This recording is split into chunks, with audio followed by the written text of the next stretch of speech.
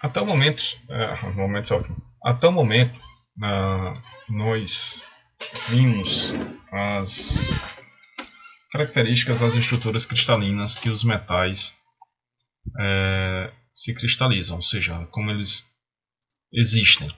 Então a gente viu que nós temos a estrutura cúbica simples, nós vimos que temos a cúbica de corpo centrado, nós vimos a cúbica de face centrada e nós vimos a hexagonal compacta. Cada uma delas com propriedades diferentes. Então a gente viu que tinha número de átomos, vimos que tinha fator de empacotamento, vimos que tinha número de coordenação, vimos que quantos átomos, qual era como se fazia o cálculo da densidade. Então toda a gente uma série de propriedades relacionadas com essas estruturas cristalinas. Aí a partir de agora a gente vai dar um salto nesses conceitos. Por quê? Se a gente imaginar que uma célula cúbica é isso daqui, tá? Muito bem desenhado. Então as propriedades deste átomo, dessa célula, elas vão estar intimamente ligadas às direções e aos planos cristalográficos. Em outras palavras, e dando uma visão mais de futuro. Então, por exemplo, se a gente tem uma barra metálica, vamos supor de aço, e a gente quer deformar essa barra metálica só vai se deformar por um negócio chamado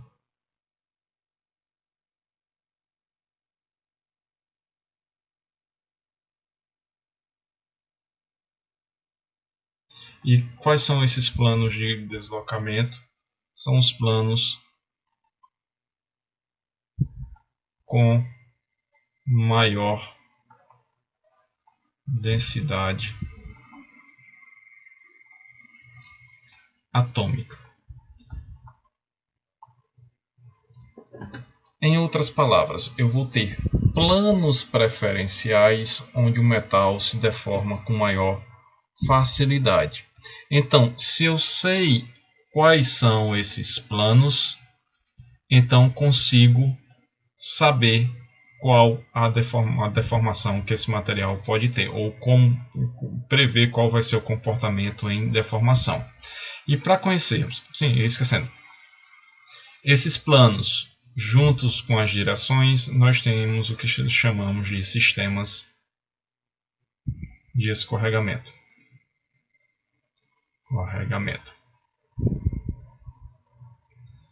Então, para saber essas direções e esses planos, nós precisamos do básico, que é conhecer como a gente marca pontos dentro de uma estrutura cristalina. Vou dar uma ênfase maior à célula cúbica, às células cúbicas, e vou falar de forma um pouco rápida das células hexagonal compacta, porque a hexagonal compacta é um pouco mais complexo na hora da gente marcar os pontos, porque ao invés de trabalharmos com 3 eixos, trabalhamos com 4. Tá? Então a gente vai começar com as células cúbicas. Deixa eu só limpar aqui tudo. Então, vamos lá. Então, nós temos,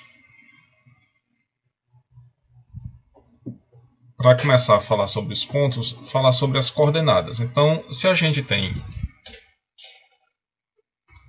um cubo, então é possível localizar pontos na célula unitária construindo um sistema de coordenadas positivamente orientados. Então, a gente vai ter colocar aqui os eixos, deixar aqui tracejado para baixo, tracejado para cá, tracejado para cá. Aqui nós temos eixo X, eixo Y e eixo Z. Então a gente vai trabalhar com um cubo de tamanho unitário, ou seja, a direção aqui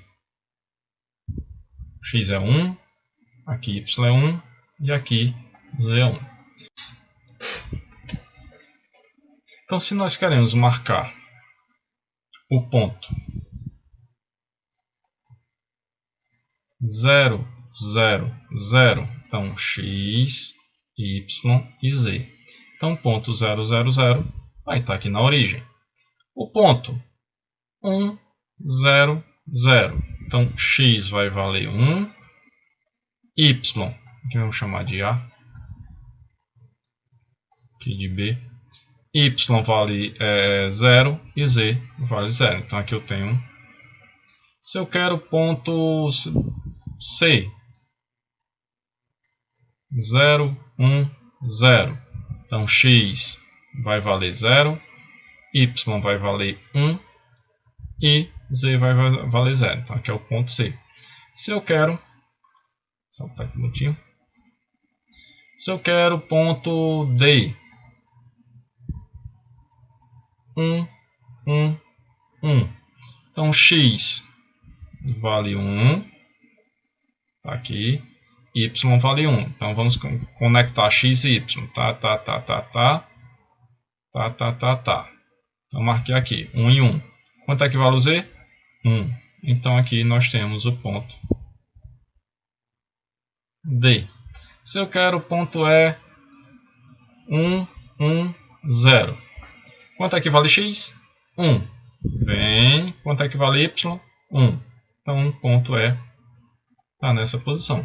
Então, basicamente simples. Esses daí são os pontos. Então, de forma fácil, num sistema tridimensional, eixo x, y e z, levando em consideração um cubo de tamanho unitário, ou seja, a aresta desse cubo aí vai valer sempre 1. Então, marquei o ponto. Dessa ideia de ponto, surge as direções cristalográficas. O que danado vem a ser uma direção cristalográfica? Vetor que une dois pontos de rede cristalina e é definido pelo que a gente chama de índices de Miller. Nesse caso aqui, ao invés de a gente chamar de x, y e z, a gente vai chamar de u, v e w. Vamos trabalhar com colchetes. Então, basicamente, como é que se faz para marcar o vetor direção ou a direção cristalográfica? Transladar o vetor direção de maneira que ele passa pela origem do sistema. Então, o vetor sempre vai passar pela origem do sistema. Esse sistema é arbitrário. Posso colocar onde se desejar, tá? Determinar a projeção do vetor em cada uma das três coordenadas. Essas projeções devem ser medidas em termos dos parâmetros de rede A, B e C. Multiplicar ou dividir esses números por um fator comum tal que os três números resultantes sejam menores inteiros possíveis. E a representação que eu já falei. Então, como é que a gente faz isso? Então, lá, de novo, vamos desenhar aqui os eixos.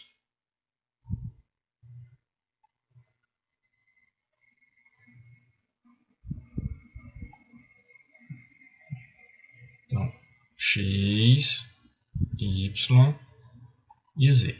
Então, se eu quero a direção 1, 0, 0, o que é que eu vou fazer? Eu vou marcar o ponto aqui U, V e W. U representa marcando no eixo X, V no eixo Y e W no eixo Z. Então, nesse caso aqui, quanto equivale X? 1. Quanto equivale V? 0. Quanto equivale W? 0. Como eu defini isso aqui como sendo minha origem, o meu vetor vai de onde? Vamos mudar aqui a cor da caneta.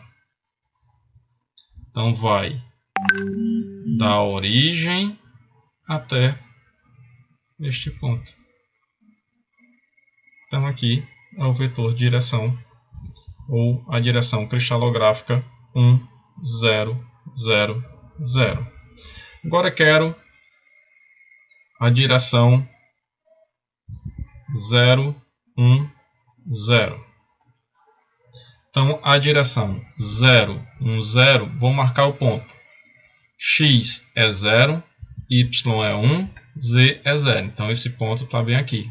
Então, esse é o vetor direção.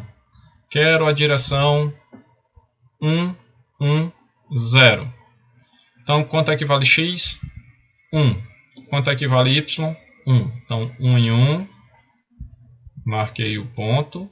Então, da origem até o ponto, encontro a direção. Vamos colocar aqui A,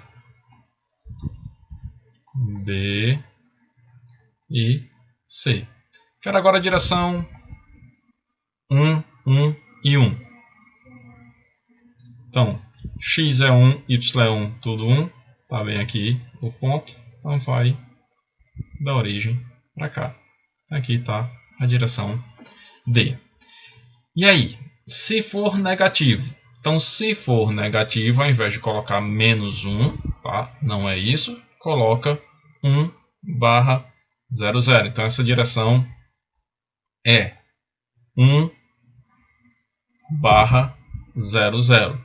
Então, 1/0, 0, o que é que vai acontecer? Se aqui é a minha origem, o menos 1 do x vai estar lá para o outro lado.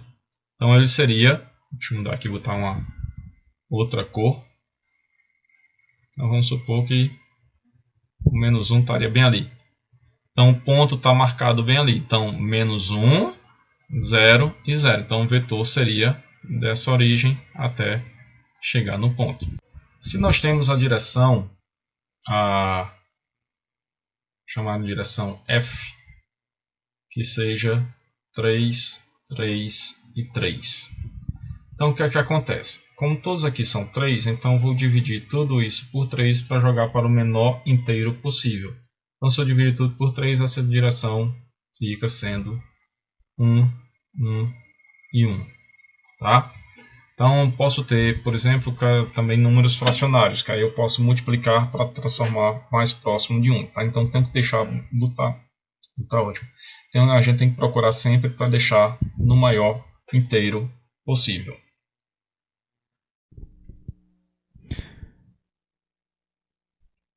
Continuando,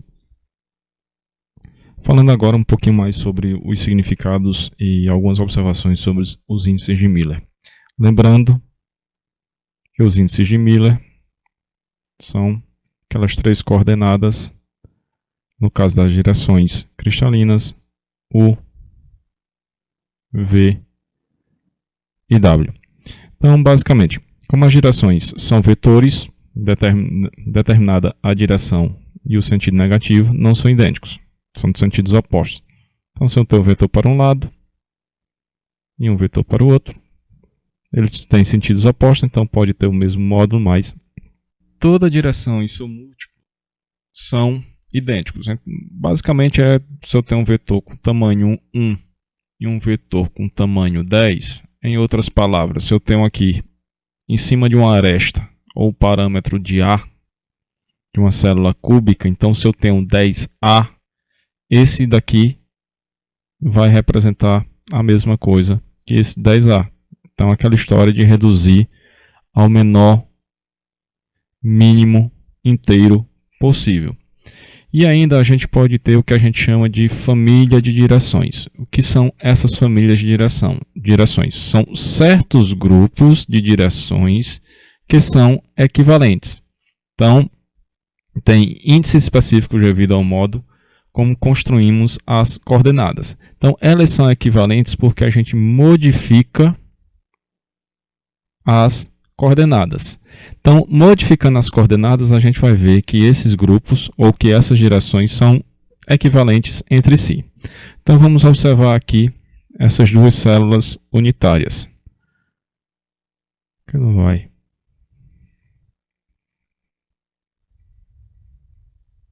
Foi. Então, o que é que nós vemos aqui? Nós temos x, y e z. E aqui, nesse outro caso, nós vamos ter y, x e z. Então, o que está acontecendo? Aqui eu tenho a direção 1, 0, 0, que está na mesma posição que a direção 0, 1, 0. Então, essas duas direções são equivalentes. Como foi que a gente fez isso? Ou como foi possível fazer isso? Mudando apenas a posição dos eixos. Lembrando lá que tinha falado anteriormente, que esses eixos são nós podemos colocar onde a gente quer. Então, a origem do sistema, ou a origem de onde a gente vai fazer a análise, é definida por nós. Então, a gente fez, ou se fez nesse caso aqui, uma mudança na origem dos eixos e viu-se que essa mesma direção são equivalentes. Então,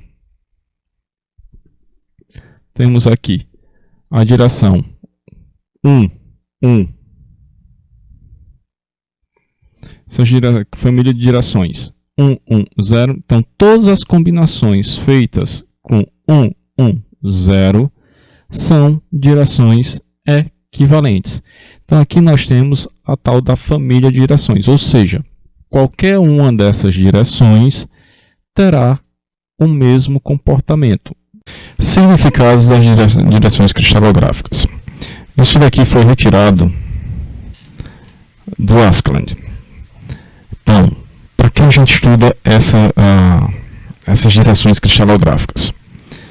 Então, a explicação que ele dá é o seguinte: utilizam-se as direções cristalográficas para identificar uma orientação específica de um material monocristalino ou de um material policristalino cujos grãos estão perfeitamente orientados. O fato de se saber como descrever tais direções pode ser útil em várias aplicações. Os metais se deformam mais facilmente, por exemplo, nas direções em que os átomos estão mais compactados.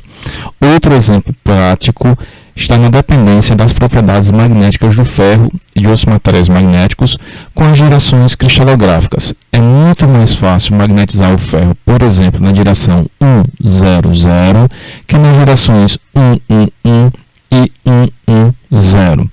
Por isso, os grãos dos aços, ferros, silícios empregados em aplicações magnéticas, tal como núcleos de transformadores, são orientados na direção 1, 0, 0, ou em alguma outra direção equivalente. No caso de materiais magnéticos utilizados em meios de gravação, é preciso certificar-se de que os grãos estejam orientados em uma direção cristalográfica específica, de modo que as informações armazenadas não sejam apagadas facilmente. Da mesma forma, os cristais empregados na fabricação de palhetas de turbina são alinhados segundo certas direções a fim de apresentarem melhores propriedades mecânicas. Em outras palavras, ao conhecermos as direções cristalográficas, ou sabermos quais são as características das direções cristalográficas, podemos otimizar propriedades dos materiais.